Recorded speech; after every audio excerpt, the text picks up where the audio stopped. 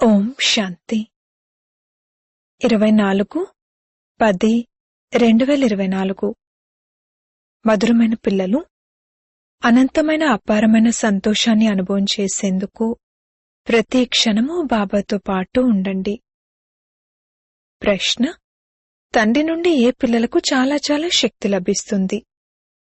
జవాబు: ఎవరికైతే మేము అనంతమైన విశ్వాన్ని పరివర్తన చేసేవారమో, మేము అనంతమైన విశ్వానికి యజమానులుగా అవ్వాలి, మమ్మల్ని చదివించేవారు స్వయంగా విశ్వాధిపతి అయిన తండ్రి అన్న నిశ్చయం ఉంటుందో, అటువంటి పిల్లలకు చాలా శక్తి లభిస్తుంది.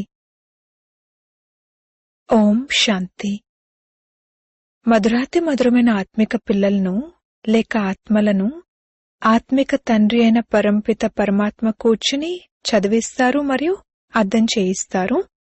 ఎందుకంటే పిల్లలే పావనంగా అయి స్వర్గాధిపతులుగా మళ్లీ అవ్వనున్నారు. మొత్తం విశ్వమంతటికీ తండ్రి అయితే ఒక్కరే. పిల్లలకు ఈ నిశ్చయం ఏర్పడుతుంది. మొత్తం విశ్వం యొక్క తండ్రి, సర్వాత్మల తండ్రి ఇప్పుడు పిల్లలైన మిమ్మల్ని చదివిస్తున్నారు. ఈ విషయం బుద్ధిలో అంతగా కూర్చుంటుందా? ఎందుకంటే బుద్ధి తమో ప్రధానంగా ఉంది. లోహపు పాత్రలా ఇనుపయుగ బుద్ధిలా ఉంది. బుద్ధి ఆత్మలో ఉంటుంది. మరి అంతగా బుద్ధిలో కూర్చుంటుందా?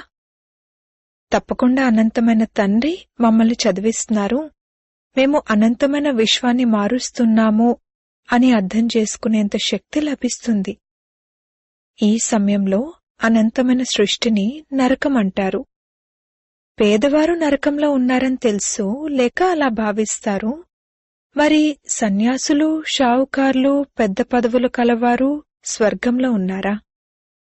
తండ్రి అర్థం చేయిస్తున్నారు, ఈ సమయంలో మనుష్యమాత్రులు ఎవరైతే ఉన్నారో వారందరూ నరకంలోనే ఉన్నారు. ఆత్మ ఎంత చిన్ననిది! ఇవన్నీ అర్థం చేసుకోవాల్సిన విషయాలు. ఇంత చిన్నని ఆత్మలో మొత్తం జ్ఞానమంతా నిలవడం లేదా లేక మర్చిపోతున్నారా? విశ్వంలోని సర్వాత్మల తండ్రి మీ సమ్ముఖంలో కూర్చుని మిమ్మల్ని చదివిస్తున్నారు.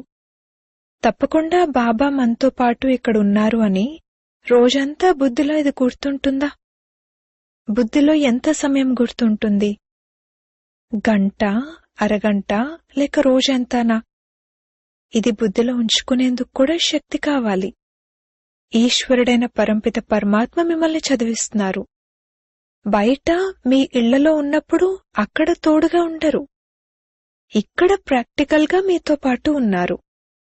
ఉదాహరణకు, ఎవరి పతి అయినా విదేశాలకు వెళ్తే పత్ని ఇక్కడుంటే ఆమె నా పతి నాతో ఉన్నారు అనైతే అనరు కదా. అనంతమైన తండ్రి అయితే ఒక్కరే. తండ్రి అందరిలోనూ లేరు కదా. తండ్రి తప్పకుండా ఒకే చోట కూర్చుంటారు.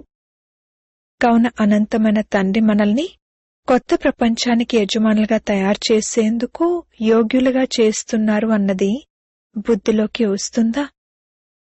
మేము మొత్తం విశ్వానికి యజమానులుగా అవ్వనున్నాము అని మీ హృదయంలో స్వయాన్ని ఇంతగా అర్హులుగా భావిస్తున్నారా? ఇదైతే ఎంతో సంతోషించాల్సిన విషయం. ఇంతకన్నా ఎక్కువ సంతోషపు ఖజానా అయితే ఇంకెవరికీ లభించదు. మేమీ విధంగా అవ్వనున్నాము అని ఇప్పుడు మీకు తెలిసింది. ఈ దేవతలు ఎక్కడి అధిపతులో ఇది కూడా అర్థం చేసుకున్నారు. భారత్లోనే దేవతలు ఒకప్పుడు ఉండి వెళ్లారు. వీరు మొత్తం విశ్వానికి యజమానులుగా అవ్వనున్నారు. ఇంతగా మీ బుద్ధిలో ఉందా? అటువంటి నడవడిక ఉందా? మాట్లాడే విధానం అలా ఉందా? అటువంటి బుద్ధి ఉందా? ఏదైనా విషయంలో వెంటనే కోపగించుకునే, ఎవరికైనా నష్టం కలిగించే, ఎవరినైనా గ్లాని చేసే అటువంటి నడవడికనైతే నడవడం లేదు కదా. సత్యుగంలో ఈ విధంగా ఎప్పుడూ ఎవరి గ్లానిని చెయ్యరు. అక్కడ గ్లాని చేసే అశుద్ధమైన ఆలోచనలు కలవారు ఉండనే ఉండరు. తండ్రి అయితే పిల్లలను ఎంత జోరుగా పైకెత్తుతారు. మీరు తండ్రిని స్మృతి చేసినట్లయితే పాపాలు అంతమైపోతాయి. మీరు చేతులెత్తుతారు కాని మీ నడవడిక ఆ విధంగా ఉందా? తండ్రి కూర్చుని చదివిస్తున్నారు అన్నది మీ బుద్ధిలో దృఢంగా కూర్చుంటుందా? చాలామంది నష సోడా వాటర్లా అయిపోతుందని తండ్రికి తెలుసు. అందరికీ అంతటి సంతోషపు పాదరసం పైకెక్కదు. ఎప్పుడైతే బుద్ధిలో కూర్చుంటుందో అప్పుడే నష ఎక్కుతుంది. విశ్వాధిపతులుగా తయారు చేయడానికి తండ్రే చదివిస్తారు. ఇక్కడైతే అందరూ పతితులుగా రావణ సాంప్రదాయాలుగా ఉన్నారు. రాముడు కోతుల సైన్యాన్ని తీసుకున్నట్లుగా ఆ తర్వాత ఇది అది చేశారని కథ కూడా ఉంది కదా. బాబా రావణునిపై విజయాన్ని ప్రాప్తింపజేసి లక్ష్మీనారాయణలుగా తయారు చేస్తారని ఇప్పుడు మీకు తెలుసు. ఇక్కడ పిల్లలైన మిమ్మల్ని ఎవరైనా అడిగితే మమ్మల్ని భగవంతుడు చదివిస్తున్నారు అని మీరు వెంటనే చెప్తారు. భగవాను వాచ, నేను మిమ్మల్ని బ్యారిస్టర్గా లేక ఫలానా వారిగా తయారు చేస్తాను అని టీచర్ అంటారు కదా. టీచర్ నిశ్చయంతో చదివిస్తారు మరియు పిల్లలు అలా తయారైపోతారు. చదువుకునేవారు కూడా నంబర్ వారుగా ఉంటారు కదా. ఇక పదవిని కూడా నంబర్ వారుగా పొందుతారు. ఇది కూడా చదువే. బాబా లక్ష్యాన్ని ఉద్దేశాన్ని ఎదురుగా చూపిస్తున్నారు. ఈ చదువుతో మేము ఈ విధంగా అవుతాము అని మీరు భావిస్తారు. ఇది సంతోషకరమైన విషయం కదా. ఐసీఎస్ చదివేవారు కూడా మేము ఇది చదివి ఆ తర్వాత ఇది చేస్తాము, ఇల్లు కట్టుకుంటాము, ఇలా చేస్తాము అని భావిస్తారు. బుద్ధిలో ఇలా నడుస్తుంది. ఇక్కడేమో పిల్లలైన మిమ్మల్ని తండ్రి కూర్చుని చదివిస్తారు. అందరూ చదువుకోవాలి, పవిత్రంగా అవ్వాలి. మేము ఎటువంటి అపవిత్ర కర్మను చెయ్యము అని తండ్రితో ప్రతిజ్ఞ చేయాలి. తండ్రి అంటారు, ఒకవేళ ఏదైనా తప్పుడు పని చేసినట్లయితే చేసుకున్న సంపాదనంతా అంతమైపోతుంది. ఇది మృత్యులోకము, పాత ప్రపంచం. మనం కొత్త ప్రపంచం కోసం చదువుకుంటున్నాము. ఈ పాత ప్రపంచం అయితే అంతమైపోనున్నది. పరిస్థితులు కూడా అలాగే ఉన్నాయి. తండ్రి మనల్ని అమరలోకం కోసమే చదివిస్తున్నారు. మొత్తం ప్రపంచం యొక్క చక్రాన్ని తండ్రి అర్థం చేయిస్తారు. చేతిలో ఎటువంటి పుస్తకమూ లేదు. తండ్రి డైరెక్ట్గా నోటితో అర్థం చేయిస్తారు. తండ్రి అర్థం చేయిస్తున్న మొట్టమొదటి విషయం ఏంటంటే స్వయాన్ని ఆత్మగా నిశ్చయం చేసుకోండి. ఆత్మ భగవంతుడైన తండ్రి సంతానం. పరంపిత పరమాత్మ పరంధామంలో ఉంటారు. ఆత్మలమైన మనం కూడా అక్కడ ఉంటాము. మళ్లీ అక్కడి నుండి పాత్రను అభినయించేందుకు నంబర్ వారుగా ఇక్కడికి వస్తూ ఉంటాము. ఇది చాలా విశాలమైన అనంతమైన రంగస్థలం. ఈ రంగస్థలం పైకి పాత్రధారులు పాత్రను అభినయించేందుకు మొట్టమొదట భారత్లోకి, కొత్త ప్రపంచంలోకి వస్తారు. ఇది వారి పాత్ర. మీరు వారి మహిమను కూడా గానం చేస్తారు. వారిని మల్టీమిలియనేర్ అంటారా? ఆ వ్యక్తులు అనగా ఆ దేవతల వద్దనైతే అపారమైన లెక్కలేనంత ధనం ఉంటుంది. తండ్రి వారిని ఆ వ్యక్తులు అనే అంటారు కదా, ఎందుకంటే తండ్రి అనంతమైన వారు. ఇది కూడా డ్రామాగా రచింపబడి ఉంది. శివబాబా వీరిని ఈ విధంగా షావుకారులుగా తయారు చేశారు. కావున భక్తి మార్గంలో శివుని మందిరాలను పూజ కోసం నిర్మిస్తారు. ఎవరైతే పూజ్యులుగా తయారు చేశారో మొట్టమొదట వారినే పూజిస్తారు. తండ్రి అయితే నష ఎక్కించేందుకు ప్రతిరోజు ఎంతో అర్థం చేయిస్తారు. కాని నంబర్ వార్ పురుషార్థానుసారంగా ఎవరైతే అర్థం చేసుకుంటారో వారు సేవలో నిమగ్నమై ఉంటారు. కావున తాజాగా ఉంటారు, లేకపోతే పాసిపోతారు. వీరు భారత్లో రాజ్యం చేసేటప్పుడు ఇంకే ధర్మమూ లేదని తప్పకుండా పిల్లలకు తెలుసు. కేవలం దేవతా ధర్మమే ఉండేది. ఆ తర్వాత ఇతరేతర ధర్మాలు వచ్చాయి. ఈ సృష్టి చక్రం ఎలా తిరుగుతుంది అన్నది ఇప్పుడు మీరు అర్థం చేసుకున్నారు. స్కూల్లో లక్ష్యం ఉద్దేశమైతే కావాలి కదా. సత్యుగ ఆదిలో వీరు రాజ్యం చేసేవారు. తర్వాత 84 జన్మల చక్రంలోకి వచ్చారు. ఇది అనంతమైన చదువు అని పిల్లలకు తెలుసు. జన్మ జన్మాంతరాలైతే హద్దులోని చదువులను చదువుతూ వచ్చారు. ఇందులో చాలా పక్కా నిశ్చయం కావాలి. మొత్తం సృష్టినంతటినీ పరివర్తన చేసేవారు, అనగా పునరుజ్జీవింపజేసేవారు, అనగా నరకాన్ని స్వర్గంగా తయారు చేసేవారు తండ్రి. వారు మనల్ని చదివిస్తున్నారు. ముక్తిధామంలోకైతే అందరూ వెళ్లగలుగుతారు అన్నది పక్కా, కాని స్వర్గంలోకైతే అందరూ రారు. మనల్ని తండ్రి ఈ విషయసాగరం నుండి, వేశ్యాలయం నుండి బయటకు తీస్తున్నారని ఇప్పుడు మీకు తెలుసు. ఇప్పుడు తప్పకుండా ఇది వేశ్యాలయమే. ఇది ఎప్పటినుండి ప్రారంభమవుతుంది? ఇది కూడా మీరు తెలుసుకున్నారు. ఈ రావణరాజ్యం ప్రారంభమై, భక్తి ప్రారంభమై 2500 సంవత్సరాలైంది. ఆ సమయంలో దేవీదేవతా ధర్మం వారే ఉన్నారు. వారు వామ మార్గంలోకి వచ్చేశారు. భక్తి కోసమే మందిరాలు నిర్మిస్తారు. సోమనాథ మందిరాన్ని ఎంత పెద్దగా తయారు చేశారు. చరిత్ర అయితే విన్నారు కదా. ఆ మందిరంలో ఏముండేది? మరి ఆ సమయంలో ఎంత ధనవంతులుగా ఉండి ఉంటారు? కేవలం ఒక్క మందిరమే ఉండదు కదా. చరిత్రలో ఒక మందిరం పేరు వేశారు గాని మందిరాలనైతే ఎంతోమంది రాజులు నిర్మిస్తారు. ఒకరినొకరు చూసి పూజలైతే అందరూ చేస్తారు కదా. ఎన్నో మందిరాలుంటాయి. కేవలం ఒక్కదానినే దోచుకునుండరు కదా. వేరే మందిరాలు కూడా చుట్టుపక్కలుంటాయి. అక్కడ గ్రామాలు దూరదూరంగా ఉండవు. ఒకదానికొకటి దగ్గరగానే ఉంటాయి. ఎందుకంటే అక్కడ రైళ్లు మొదలైనవైతే ఉండవు కదా. ఒకదానికొకటి చాలా దగ్గరగా ఉంటూ ఉండొచ్చు. తర్వాత మెల్లమెల్లగా సృష్టి వ్యాపిస్తూ ఉంటుంది. ఇప్పుడు పిల్లలైన మీరు చదువుకుంటున్నారు. అందరికన్నా పెద్ద తండ్రి మిమ్మల్ని చదివిస్తున్నారు.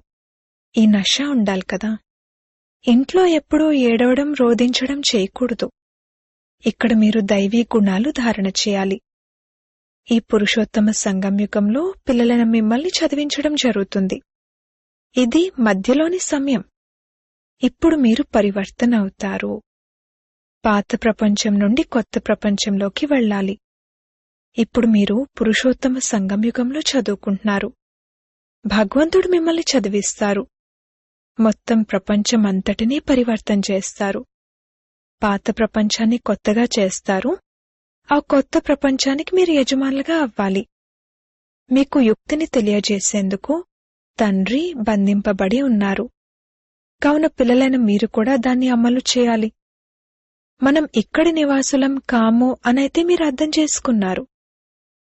మన రాజధాని ఉండేది అని మీకింతకు ముందు తెలీదు. ఇప్పుడు తండ్రి అర్థం చేయించారు. రావణుని రాజ్యంలో మీరు చాలా దుఃఖితులుగా ఉన్నారు. దీనిని వికారీ ప్రపంచమనే అంటారు. ఈ దేవతలు సంపూర్ణ నిర్వికారులు. మనుషులు స్వయాన్ని వికారులుగా పిలుచుకుంటారు. ఇప్పుడు ఈ రావణరాజ్యం ఎప్పటినుండి ప్రారంభమైంది, అసలేం జరిగింది, ఇది కొద్దిగా కూడా ఎవరికీ తెలీదు. బుద్ధి పూర్తిగా తమో ప్రధానంగా ఉంది. పారసబుద్ధి కలవారు సత్యుగంలో ఉండేవారు.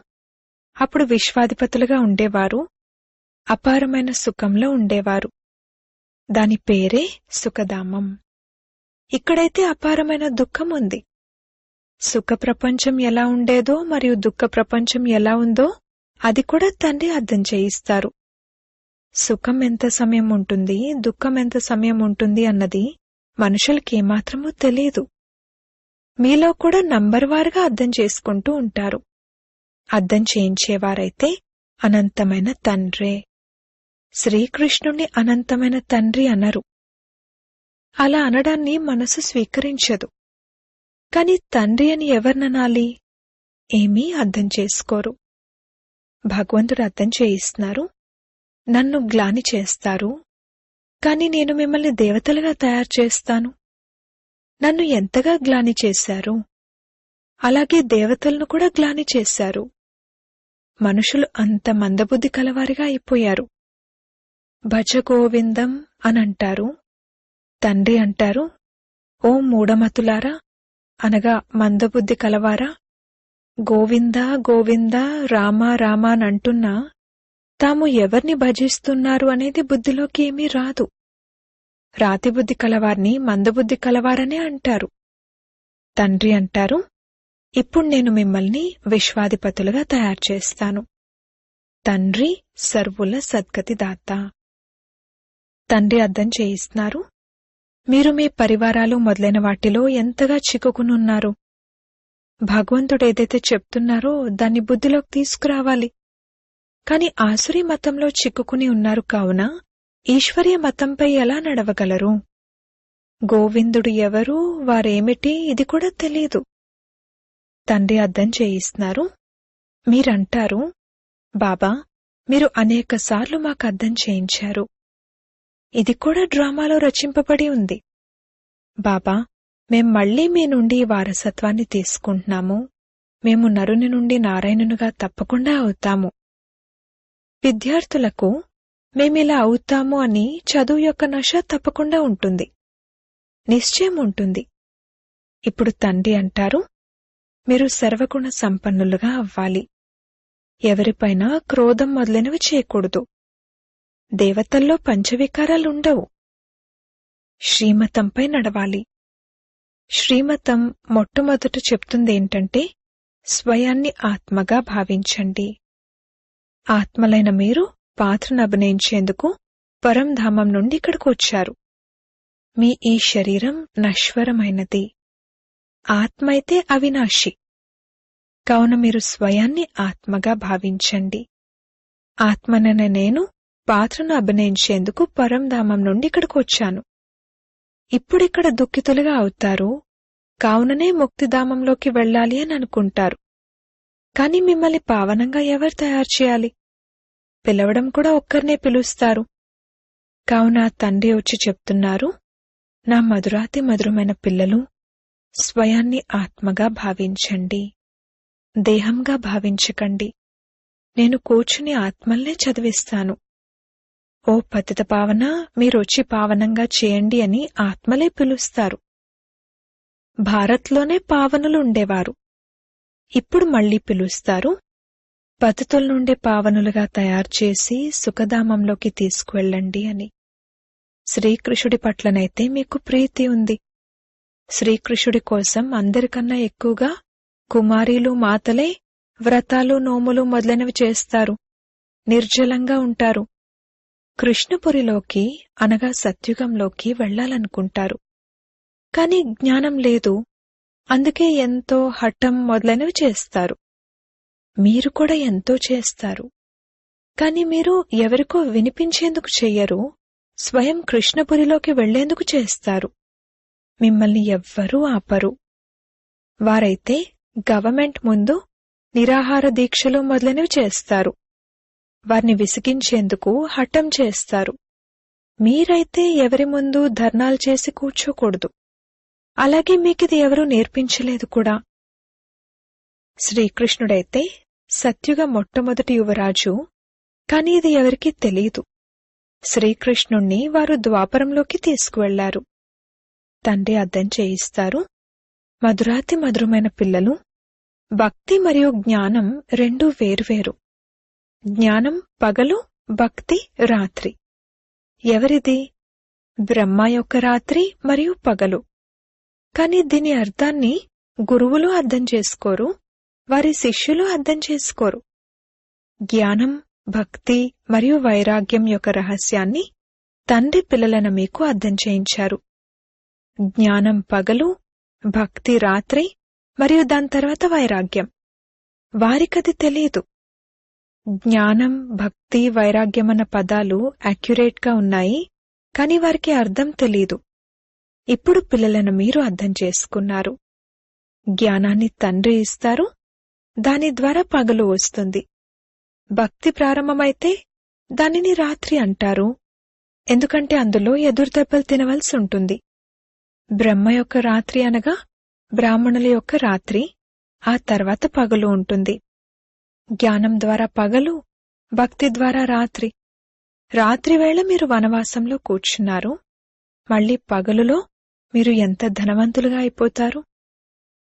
అచ్చా, మధురాతి మధురమైన సిక్కిలదే పిల్లలకు మాతా పితా బాగ్దాదాల ప్రియ స్మృతులు మరియు గుడ్ మార్నింగ్. ఆత్మిక పిల్లలకు ఆత్మిక తండ్రి నమస్తే. ధారణ కొరకు ముఖ్య సారము: తమ హృదయాన్ని ప్రశ్నించుకోవాలి. 1. తండ్రి నుండి ఇంతటి సంతోషమనే ఖజానా ఏదైతే లభిస్తుందో అది బుద్ధిలో కూర్చుంటుందా? 2. బాబా మనల్ని విశ్వాధిపతులుగా తయారు చేయడానికి వచ్చారు. మరి అటువంటి నడవడిక ఉందా? మాట్లాడే విధానం ఆ విధంగా ఉందా? ఎప్పుడూ ఎవరి గ్లాని అయితే చేయడం లేదు కదా. 3. తండ్రితో ప్రతిజ్ఞ చేసిన తర్వాత ఎటువంటి అపవిత్ర కర్మలు జరగడం లేదు కదా. వరదానము: సాక్షి స్థితిలో స్థితులై పరిస్థితులు అనే ఆటను చూసే సంతుష్ట ఆత్మ భవ. ఎటువంటి చలింపజేసే పరిస్థితి అయినా కాని సాక్షి స్థితిలో స్థితులైనట్లయితే అది ఒక తోలుబొమ్మలాటలా, అది రియల్ కాదు అన్నట్లు అనుభవం చేస్తారు. మీ గౌరవంలో ఉంటూ ఆటను చూడండి.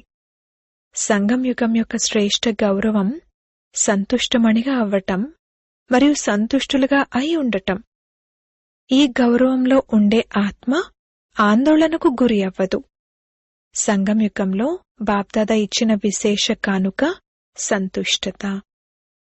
స్లోగన్: ఎంతటి సంతోషం కలవారిగా అవ్వాలంటే మనసులోని ఆ సంతోషం ముఖం ద్వారా స్పష్టంగా కనిపించాలి. ఓం శాంతి.